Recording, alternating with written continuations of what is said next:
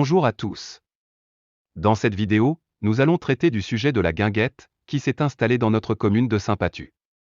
Mais connaissez-vous tous les détails? Voici les différentes parties que nous allons aborder ensemble. Le projet. L'emplacement. Les travaux. Les raccordements. La redevance. La vente d'alcool. L'exploitation. L'hygiène. Les nuisances. Et le démontage.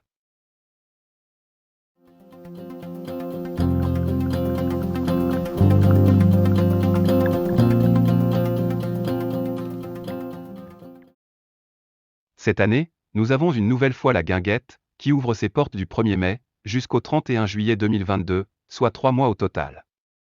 Depuis plus d'un an, la guinguette est sur le pré, sans avoir été démontée, et sans que le terrain soit remis en état.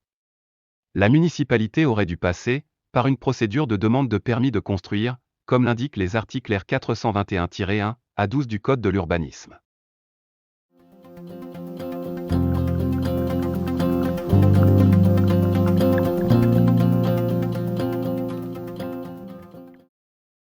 La construction est à 100 mètres de notre église, qui est un bâtiment à caractère patrimonial à préserver, inscrit dans notre plan local d'urbanisme. Dans le règlement écrit du PLU, chapitre 4 article 8, on nous rappelle, un périmètre de protection de 500 mètres est également mis en place, sous lequel, toute modification visible, doit être validée, par un architecte des constructions de France.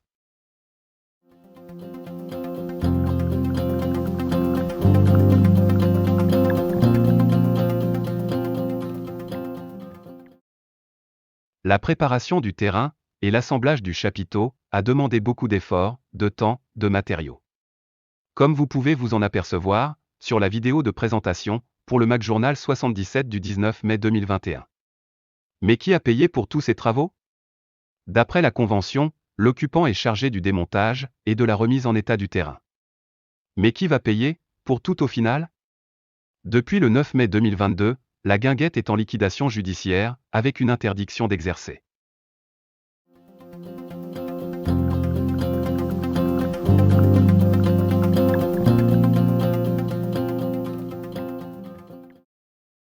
Une des obligations de l'occupant, sous le contrôle de la mairie, était d'installer un sous-compteur pour l'eau et un pour l'électricité, chose qui n'a jamais été faite. Mais, qui a réglé les factures d'eau et d'électricité?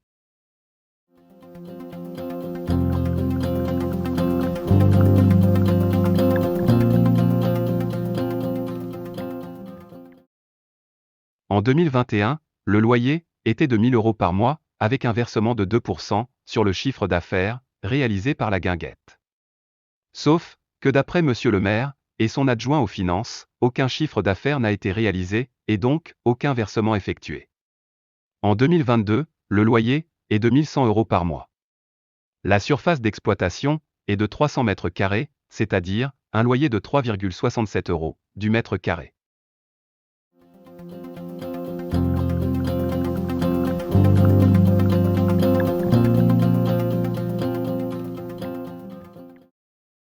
Une licence est obligatoire pour les débits de boissons.